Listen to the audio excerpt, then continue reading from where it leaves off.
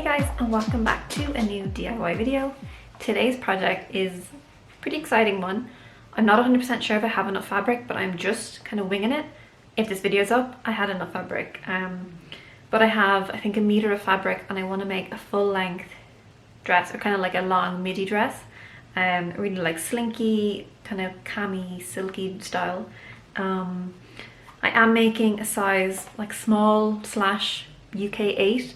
So I think if you need to make a bigger size, you would probably need more than a meter of fabric, but 1.5 meters, 2 meters, whatever you need, it's possible to do from a small amount anyway. So this, I have my design here, I just drew it up. I'm thinking kind of a scoop neck, so kind of like this shape, but a little bit lower. Little spaghetti straps.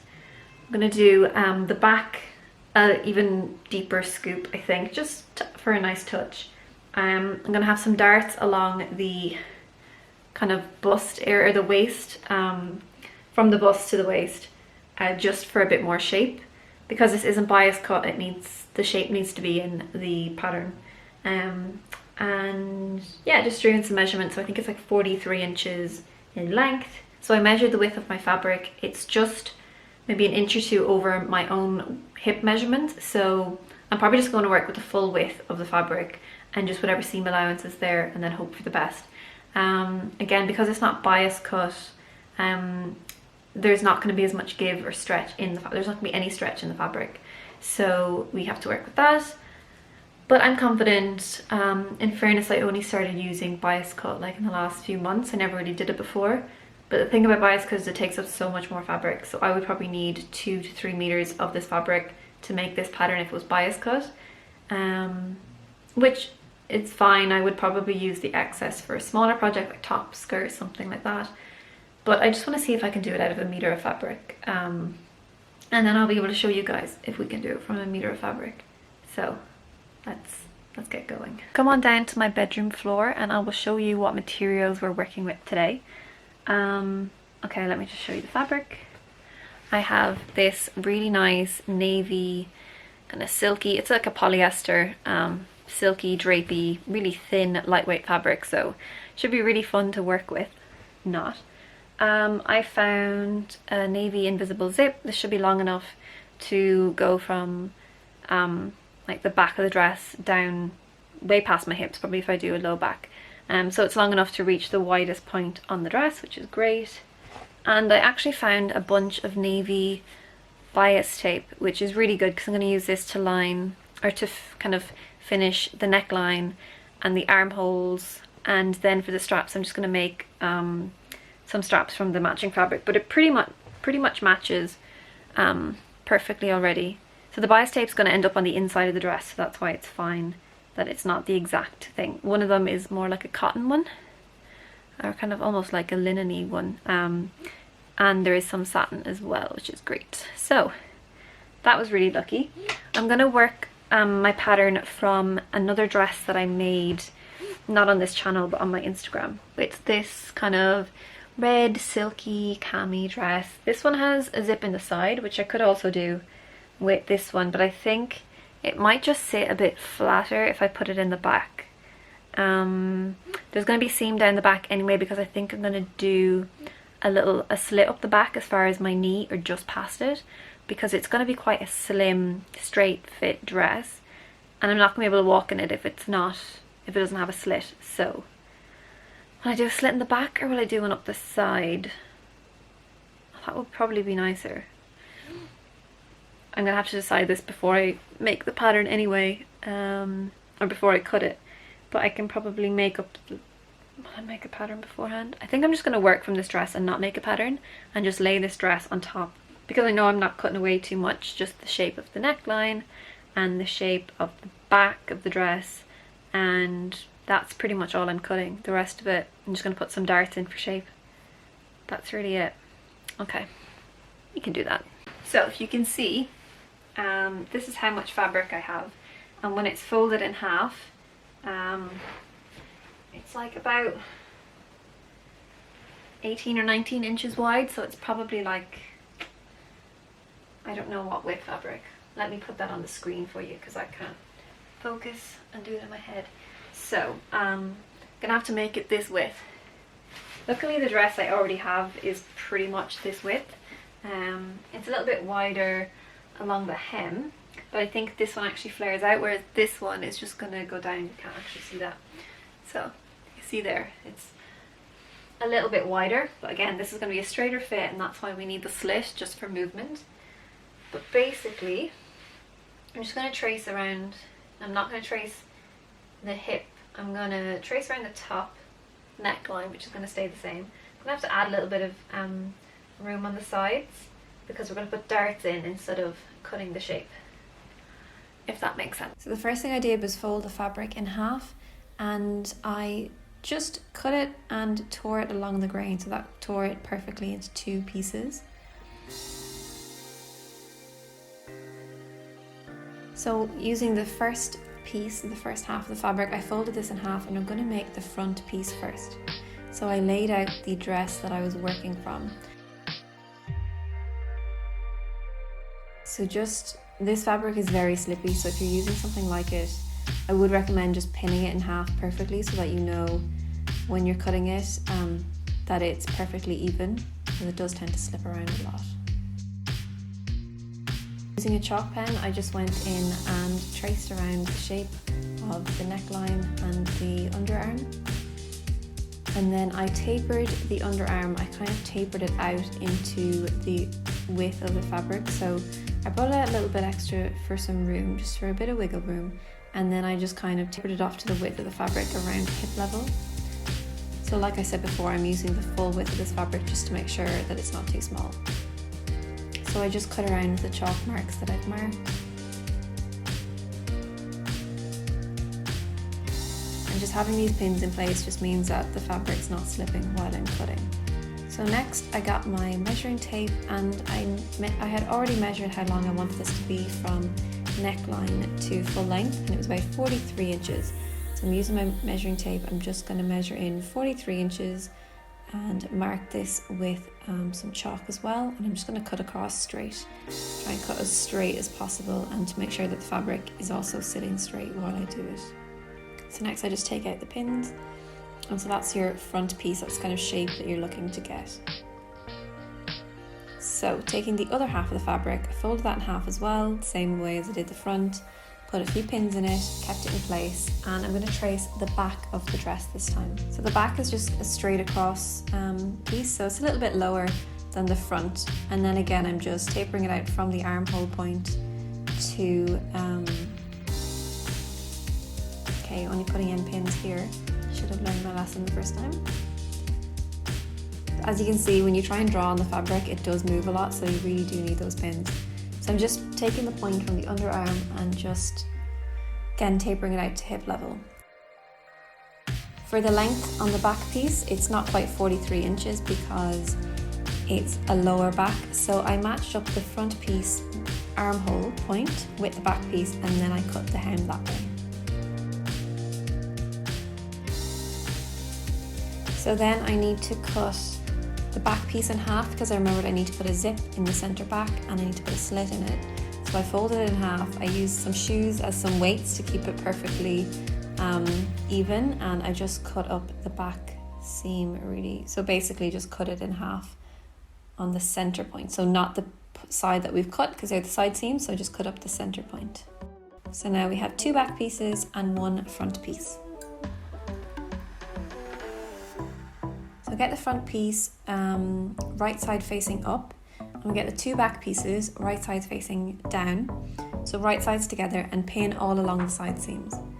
So again, this fabric is really slippy, so I pinned the armhole and the hem first, and then I went and pinned throughout a few different points between those, because I knew if I pinned from one side to the other, one of the sides would probably have stretched and it would have been a little bit of a disaster. So I pinned the 2 end points first, and then placed the pins in between those points.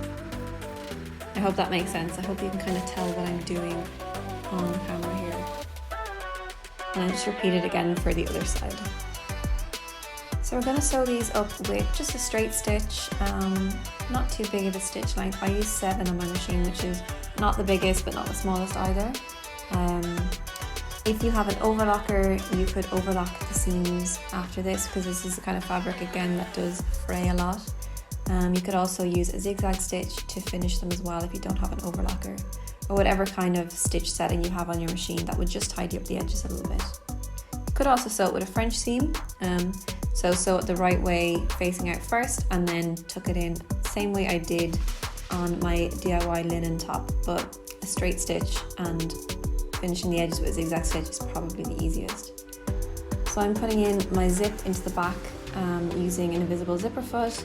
These are amazing. They're so good at getting a really tight fit with an invisible zip.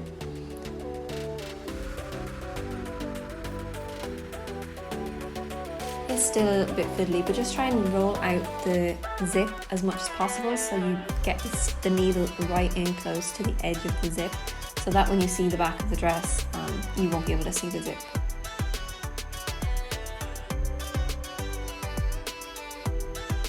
When you get to the end, put down the needle, try and zip the zip back up to move the kind of pull the other side of it. It is a little bit tricky to kind of get the very end of the zip finished. Okay, so I've just sewn in the zip and I've literally pinned the dress on me where I think it will sit. So where I kind of want the neck to go and the straps to sit and everything. And so far it fits. If it was any smaller, it would be too snug on my hips, but I actually think it's just the perfect size. I can still pull it a little bit. So the zip is in, it fits nicely. It's got quite a low back, very nice. Happy with it so far. So also the length, it's actually full length, which to be honest is a really nice length. I can hem it as short or as long as I want to. So I'm just gonna face or bind the edges now and make the straps and then hem it, and then I basically have a dress. So as I'm sewing, I basically changed most of the design. So I'm now doing a halter strap because I'm not going to make any extra straps, and it means I can use all the bias binding. So I'm going to use the satin bias binding to do this strap and kind of like the scoop neck, and then the other kind of cottony one that won't be seen is going to do the armholes and the back of the dress, so that's going to be all tucked away. So I just need to sew on this bias binding and hem it, and then we're done. So my camera died. Here's a little bit of footage from my phone. This is just me attaching the bias binding. So I'm just again attaching this with a straight stitch on my machine. It's a kind of easy to use pre-made bias binding because you just have to follow the crease lines. So I did the armholes on the back first, and then I attached the piece for the halter neck, so like of the actual neckline, because that just covered up the corners of the other one really nicely. Okay guys, it is day 2 of sewing this dress. I am almost finished. I have to hem it, I have to fix the back seam, and I also have a little hole at the back where the zip is. It's just not sitting quite right, so the whole back seam kind of just needs to be tidied up. I have to iron the whole thing, and I altered it a little bit actually after sewing up the side seams. I tried it on me, I pinned it, tried it on inside out, and then I pinned the sides to give it a little bit of shape. But it's actually just too tight across my chest now, so I need to let that out. So I'll definitely have this finished in the next hour or 2. So let's get into it and then let's see the final result. So far, this is what it looks like. I would show you it on, but it's really cold right now. So let me just show you here. So I just have the back of the neck tied like this. Hope my kettle isn't too loud. I need tea while I work, or coffee. So I have the whole front of it finished with some bias binding. So this is what it looks like on the inside. So I literally sewed the bias binding on, and now it's a strap. And then I have the bias binding down all the side, and then, oh no, thread pulled on that, but never mind. And then all down the back. So really liking it. I really like the shape of this neckline actually. I'm kind of happy I went for the halter style in the end. So yeah, I just have the back. So let me see. So where the zip ends, it's a little bit of a hole in it, so you really need to fix that for sure. And then I have the whole slit at the back to finish as well. And the hem is a bit uneven. And then on the inside I have altered it a tiny bit, as you can see. I took it in only by that much, but it's actually made quite a difference, so I might just let that out and redo it. But I'm very excited to wear this. I'm thinking as well, it's not the weather for it right now. It is obviously summer, but it's not sunny. But I think even just a chunky jumper thrown over and this as a little skirt underneath will be lovely. Because navy's not really my colour. It's nice. It's kind of more like a bluey navy. But I think as a bottom piece, when it's not right up against my face, it will be nicer. I'm also going to watch some Friends while I work. I have my laptop stand, so I'm going to put my sewing machine right in front of it and then watch some Friends. Friends is like the only thing I don't need to look at to actually watch, because I've seen them so many times that I can picture it in my head. So let's do that.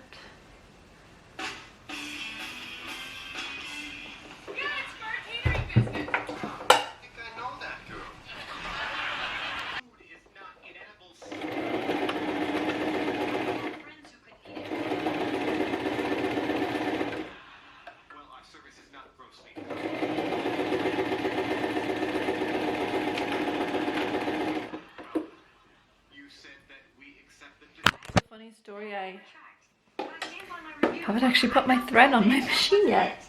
It was good sewing though.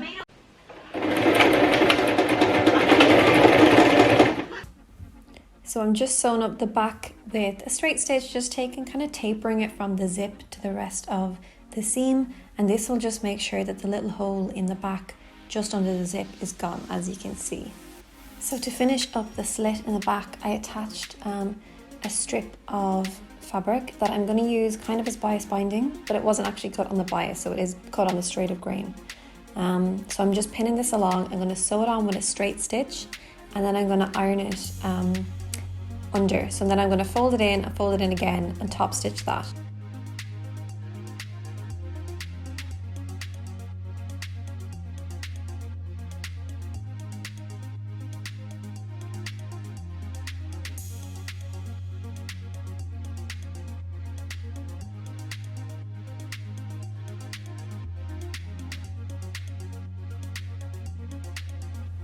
And then I'm just going to hem the skirt by turning it under 1 centimeter and 1 centimeter again. Just using loads of pins to make sure it doesn't move around while I hem. Again, very slippy fabric. Normally I would just iron it up and then sew it. You can also iron it in place as well. The creases will kind of help you, guide you a little bit, and so it won't go wonky. So this is how it's looking so far. I've just hemmed it. It's actually a really perfect length. I love that kind of midi but like ankle grazer length. I let out the sides a little bit and it fits so much nicer around the chest. It's still a little bit gapey here, but I think what could fix it is 2 little darts, like one here and one the other side. But I'm also not too bothered because it's not super obvious. And I think maybe if I just tie the neck up a bit tighter, it might kind of help as well. Yeah, I really like it. It's really comfortable. So even though, like I said, it's not bias cut, but it actually still fits really nicely. I have a little bit of room on the hips, but if I kind of move, I don't feel that. If I walk, it's really kind of flowy with my slit at the back that I haven't fully finished yet, but I've kind of sewn on the bias binding and I just need to turn it in now. I just haven't decided if I'm going to top stitch it or what I'm going to do. I think I need to iron it first. But yeah, really loving this. Absolutely love it. It's such an easy project. I think if you had, I don't know, some sort of like formal event coming up or anything at all, it would be so nice. I think even so in the future I plan to make my own wedding dress, and I think this would be really nice if it was in slightly heavier satin, kind of like an ivory. I think it'd be stunning. I also think for bridesmaids dresses it would be amazing as well. So hey sisters, if you're watching it, this might be what you're wearing in a couple of years time. But yeah, really love this. Can't wait to wear it sometime. So it is finished. I've hemmed it, I've finished all the seams, I pressed it out really well as well with the iron, which is always really important to get a good professional finish, and I'm so happy with it. I really love this dress. I can't wait to wear it. So I think it'd be really cute at the moment, just kind of wear with a cozy jumper over the top and kind of style it like a little slip skirt. But I think for a nice date night it would be great to take out. I hope you guys enjoyed this tutorial. I hope you try it out for yourselves because it was actually super easy. I'll definitely be making this in another few colours, maybe black. So I hope you enjoyed the tutorial. Please do give it a like if you did like it. Subscribe for more DIY tutorials, and I will see you next Saturday. Bye guys.